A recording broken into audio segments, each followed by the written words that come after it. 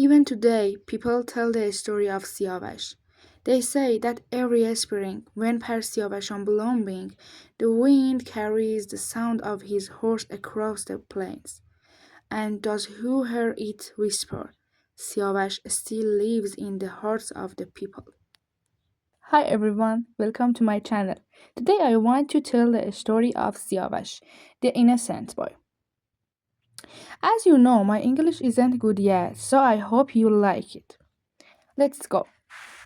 Once upon a time, in ancient Persia, there lived a king named Kekavus.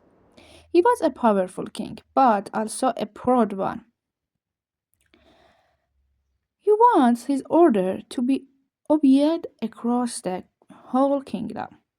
But there was one thing he loved more than anything else: his son, Siavash. When Siavash was born, people said, "This child shines like the sun, and his heart as pure as clear water." To help him become a wise and honorable man, the king sent him to live with Rostam, the greatest hero of Persia. Years passed. Siavash grew into a tall and noble young man. He was brave, kind, and honest. Every day, Rostam taught him important lessons. He often said, "A true hero isn't known by his sword, but by his honesty." And he would remind him, "If you always follow the truth, no fire can harm you."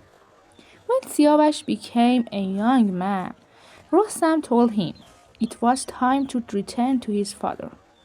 Kekavus was overjoyed to see his son again.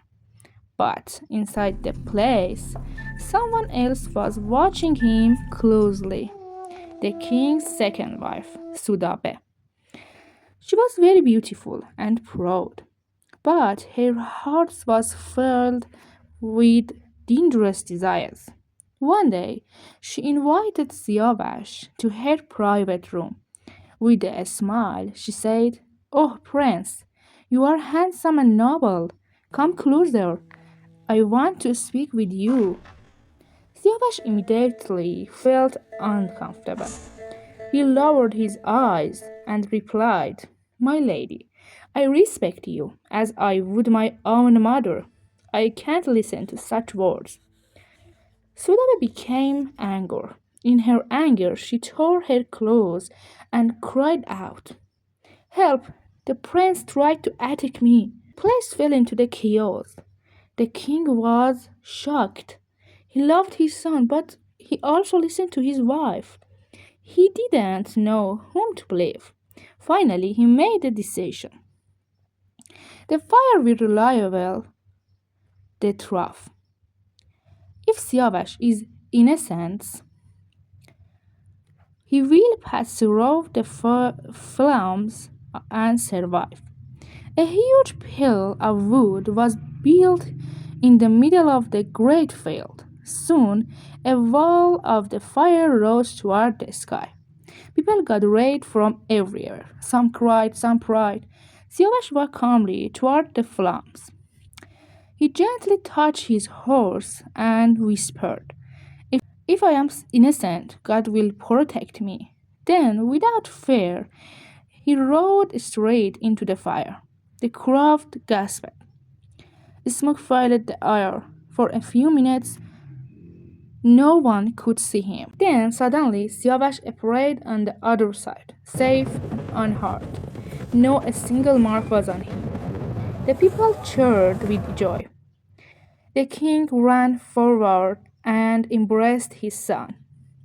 "My son, you are proud and light itself. Everything is gone. Everything is done." But peace didn't last. Some people at court became jealous of Siavash. They whispered to the king, "The people love him too much. One day he may take your kingdom." Slowly, doubt entered the king's heart. At last, he sent Siavash away. "Go to the land of Turan and make peace with the king Afrasiab." Siavash obeyed.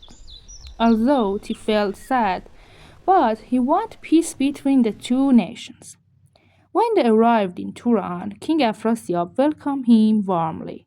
He admired Siavash's honesty and kindness. Soon he gave his daughter Farangis in marriage to him. Peace grew between Persia and Turan. For a time, everything was calm. Siavash even built a beautiful city called Siavashgar. But jealousy returned once again. Afrasiab's brother, Gersius, couldn't stand seeing Siavash to respect.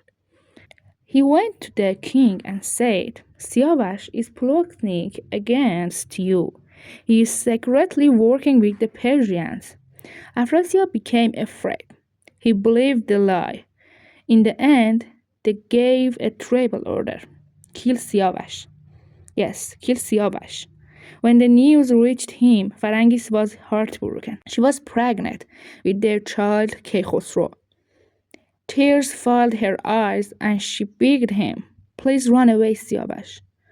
But Siavash remained calm. No, I have done nothing wrong. If I run away, people will think I am godly.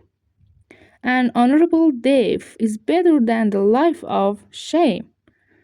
When the plans of Khabaran, the warriors got ready, Siavash stood before them without fear. He smiled and said, From the blood of the innocents, new life will grow. Then he bowed his head. The sword came down, and Siavash was gone. His blood touched the earth, and from that place a beautiful flowers grew. Its red color came from the blood. Its white color came from his pure soul. When Rostam heard what had happened, he was filled with anger. He went to the Kekavus king and said, A king who ignores justice harms himself. Rostam revealed the truth about Sudaba and her lies. At last, the king understood what had happened. He ordered that Sudaba be punished for her action. Even today, people tell the story of Siavash.